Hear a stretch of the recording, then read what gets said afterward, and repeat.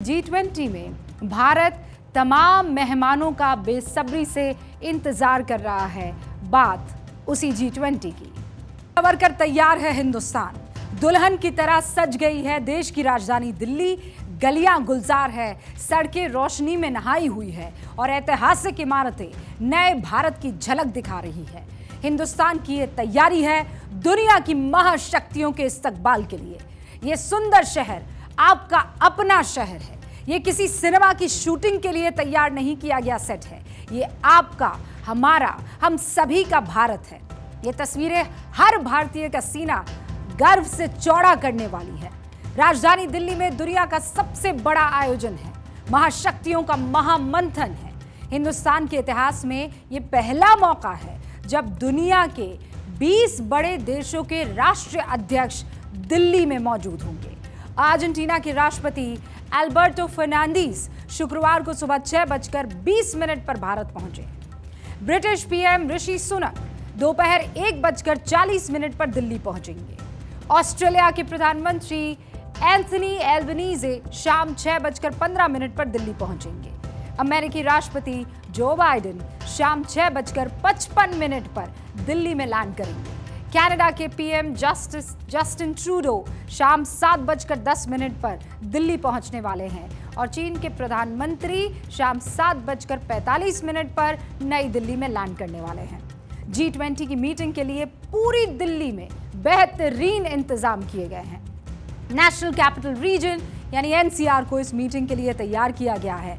देश के कई शहरों को चमकाया गया है क्योंकि आयोजन बड़ा है। कितना बड़ा है, G20 में कितने देश हैं और G20 देशों की ताकत क्या है, ये सब आज आपके लिए जानना जरूरी है क्योंकि नए भारत की ताकत इन आंकड़ों में ही छुपी हुई है और आपको ये आंकड़े पता होना चाहिए। 2022 में भारत और USA के बीच $191 बिलियन का व्यापार हुआ। $191 बिलियन का ट्रेड हुआ। ये 2014 की तुलना में लगभग 2 गुना है। 2020 और 21 में अमेरिका से भारत में सबसे ज्यादा $81.72 बिलियन विदेशी निवेश आया था। 2021 और 22 में भारत का 18% विदेशी निवेश अमेरिका से आया। 2020 और 21 में ब्रिटेन को हमारा निर्यात $8.16 बिलियन का था, जबकि ब्रिटेन से आयात यानी इंपोर्ट $4.96 बिलियन रहा। 2022 और 23 में ब्रिटेन को हमारा निर्यात बढ़कर $11.5 बिलियन पहुंच गया, जबकि आयात बढ़कर $9 बिलियन पहुंच गया है। ये आंकड़े बहुत ध्यान से आप देखते रहिएगा। अब फ्रांस की बात कर लेते हैं। 2020 और 21 में फ्रांस को भारत ने $4.8 बिलियन का सामान एक्सपोर्ट किया और $4.3 बिलियन का सामान इंपोर्ट किया गया है।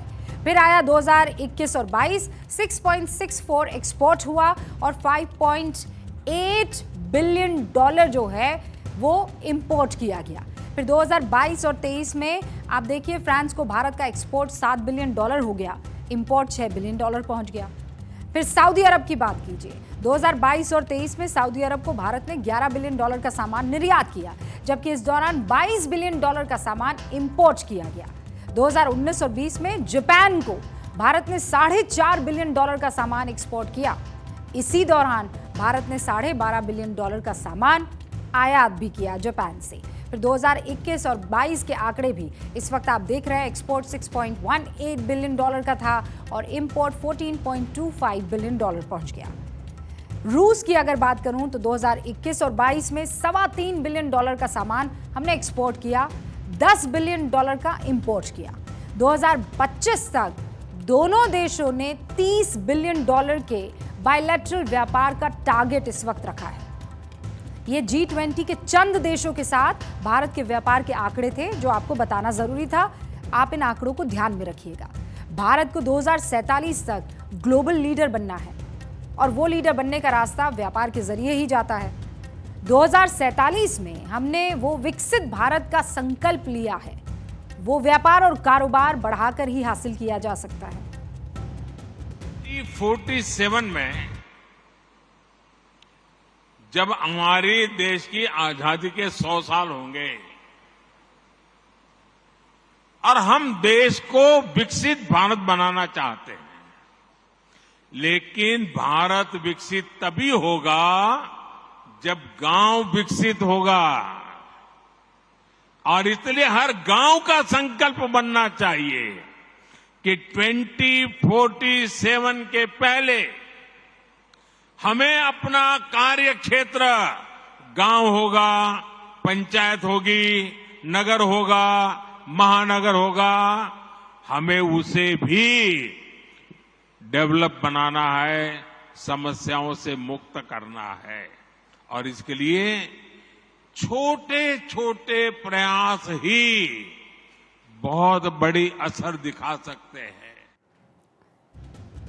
हिंदुस्तान के लिए 8, 9 और 10 सितंबर ये 3 दिन कितने अहम हैं, आंकड़े में पहले बता चुकी हूं, लेकिन आंकड़े इस बात की तरफ इशारा कर रहे हैं कि दुनिया की सबसे बड़ी अर्थव्यवस्था जो कि इस ग्रुप के सदस्य तौर पर मौजूद है, वो हिंदुस्तान के लिए कितने मददगार साबित हो सकते हैं। या यूं कह दीजिए कि G20 की ताकत के बाहर कोई ताकत बाकी नहीं रह जाती है। G20 देश कौन कौन से हैं, कितने और देशों को अलग से बुलाया गया है, अब मैं आपको वो भी बता देती हूं। दुनिया की सबसे बड़ी अर्थव्यवस्था अमेरिका, दूसरी सबसे बड़ी अर्थव्यवस्था चीन, तीसरी सबसे बड़ी अर्थव्यवस्था जापान, चौथी सबसे बड़ी अर्थव्यवस्था जर्मनी, पांचवी सबसे बड़ी अर्थव्यवस्था आपका अपना भारत, छठी सबसे बड़ी अर्थव्यवस्था ब्रिटेन, और इनके अलावा फ्रांस और ऑस्ट्रेलिया G20 के सदस्य है। ये G20 और जो 20वां नंबर है, 19 तो बाकी सारी कंट्रीज हैं, यूरोपियन यूनियन है। कनाडा और सऊदी अरब के साथ ही दक्षिण कोरिया और ब्राजील G20 के सदस्य है, ये भी आपको पता होना चाहिए। दक्षिण अफ्रीका और तुर्की के साथ ही अर्जेंटीना, इंडोनेशिया भी G20 के सदस्य है। इनके अलावा यूरोपियन यूनियन, जिसका मैंने अभी मेंशन किया है, G20 का ये भी हिस्सा है। तो जो तैयारियां दिल्ली की सड़कों पर की गई, भारत मंडपम को जो खूबसूरत टच दिया गया, इन तैयारियों के लिए नई दिल्ली के कुछ इलाकों को 3 दिन के लिए रेस्ट्रिक्ट कर दिया गया है। और इसकी वजह भी दुनिया के इन तमाम ताकतवर देशों के नेताओं का दिल्ली में एक साथ होना है। इन देशों की आर्थिक ताकत कितनी बड़ी है, अब उसे देखिए। G20 देशों को मिला दिया जाए तो इन सारी ताकतों को दुनिया की 85% GDP के बराबर होती है। यानी दुनिया के 195 देशों में से 85% इन 20 देशों के पास है, जबकि 175 देशों का हिस्सा GDP में सिर्फ 15% रहता है। ग्लोबल ट्रेड यानी व्यापार में G20 देशों की साझेदारी 75% है। दुनिया की सबसे तेजी से बढ़ती हुई अर्थव्यवस्था है। भारत इस दशक में टॉप 3 अर्थव्यवस्था में शामिल हो जाएगा। और ये गारंटी जब मैं आपको देता हूं ना, बड़ी जिम्मेवारी के साथ मेरे देशवासी, मेरे परिवारजनों को ये मोदी गारंटी देता है। दिल्ली में G20 की बैठक सिर्फ एक बैठक भर नहीं है, ना ये दुनिया के पर्यावरण और रूस यूक्रेन युद्ध पर बात करने का मंच है। होगी वो बातें, लेकिन भारत के लिए इस मीटिंग के माने और बड़े हैं। हमारे देश को आजादी मिले 76 साल हो चुके हैं, लेकिन सुपर पावर्स का इससे बड़ा जमावड़ा भारत में आज तक नहीं हुआ है। भारत की बढ़ती ताकत का अंदाजा आप इस बात से लगाइए कि अमेरिका के राष्ट्रपति जो बाइडेन दिल्ली में कदम रखते ही सबसे पहले पीएम मोदी से मुलाकात करेंगे। अमेरिकी राष्ट्रपति को रिसीव करने की जिम्मेदारी जनरल वीके सिंह को मिली है। हालांकि पूर्व अमेरिकी राष्ट्रपति ओबामा और ट्रंप को रिसीव करने पीएम मोदी प्रोटोकॉल तोड़कर खुद गए थे। प्रधानमंत्री नरेंद्र मोदी और अमेरिकी राष्ट्रपति बाइडेन के बीच 8 सितंबर को बायलैटरल टॉक होने वाली है, द्विपक्षीय वार्ता। दोनों देशों के बीच व्यापार बढ़ाने पर बातचीत होगी। दोनों नेता इंडो पैसिफिक रीजन में साझेदारी बढ़ाने पर बात करेंगे।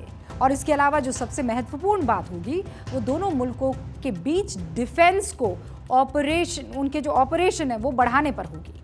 अमेरिका भारत का दूसरा सबसे बड़ा डिफेंस पार्टनर है और यूएस की हिस्सेदारी भारत डिफेंस इंपोर्ट में 14% है। दोनों के बीच $21 बिलियन का डिफेंस का ट्रेड हो रहा है। पीएम मोदी के यूएस दौरे पर दोनों देशों के बीच $3 बिलियन के 31 रीपर ड्रोन की डील हुई थी। पीएम मोदी और बाइडेन की मुलाकात पर पूरी दुनिया की नजरें टिकी है, खासतौर पर चीन और रूस की। इस मुलाकात को खूब टकटकी लगाकर देखा जाएगा। यूक्रेन युद्ध के बाद से ही चीन और रूस के बीच करीबी और गहरी हो गई और अब भारत चाहता है कि वो डिफेंस डील में सिर्फ रूस पर निर्भर ना रहे। मोदी और बाइडेन की ये बायलैटरल टॉक्स रक्षा सौदे को बढ़ाने पर जोर देने के लिए भी होने वाली है। इंडो पैसिफिक में चीन को घेरने की स्ट्रैटेजी भी G20 की मीटिंग से आगे बढ़ेगी। भारत की कोशिश होगी कि अगले गणतंत्र दिवस पर क्वाड देशों यानी अमेरिकी राष्ट्रपति जो बाइडेन को आमंत्रित किया जाए, जापान के पीएम फूमियो किशिदा को, ऑस्ट्रेलिया के पीएम एंथनी एल्बनीजे को इनवाइट किया जाए। भारत आसियान सेंट्रलिटी और इंडो पैसिफिक पर आसियान के आउटलुक का पूर्ण समर्थन करता है। भारत के इंडो पैसिफिक इनिशिएटिव में भी आसियान क्षेत्र का प्रमुख स्थान है। 21वीं सदी एशिया की सदी है, हम सबकी सदी है। इसके लिए आवश्यक है कि हम एक rules based post Covid world order का निर्माण और मानव कल्याण के लिए सबका प्रयास, फ्री और ओपन इंडो पैसिफिक की प्रगति में और ग्लोबल साउथ की आवाज को बुलंद करने में हम सबके साझे हित है। तो भारत क्या चाहता है ये अमेरिका अच्छे से समझ रहा है और इसीलिए जो बाइडेन के भारत दौरे से पहले ही अमेरिका ने चीन को सीधा संदेश दे दिया है। उसने साफ कर दिया है कि चीन अगर G20 में अहम रोल निभाने को तैयार नहीं तो भी G20 की अहमियत कम नहीं होगी। दरअसल भारत और अमेरिका के मजबूत होते रिश्तों से चीन बहुत परेशान है, क्योंकि इंडो पैसिफिक रीजन ही चीन के व्यापार की रीढ़ है। समझिए, इंडो पैसिफिक रीजन से ही चीन का 76% व्यापार होता है और इसी रीजन में भारत अमेरिका की मजबूत साझेदारी चीन की सप्लाई लाइन को कभी भी काट देगी। ये भारत और अमेरिका के मजबूत होते रिश्ते ही हैं कि G20 की मीटिंग में जिनपिंग ने नहीं आने का फैसला किया, लेकिन भारत G20 को दुनिया के अंतिम छोर तक ले जाने के लिए प्रतिबद्ध है। खुद पीएम मोदी ने कहा कि भारत वन अर्थ के जरिए मानव जीवन को बेहतर बनाने, वन फैमिली के जरिए दुनिया के विकास और वन फ्यूचर के जरिए उज्जवल भविष्य की ओर एक साथ बढ़ने के लिए प्रतिबद्ध है। वसुधैव कुटुंबकम।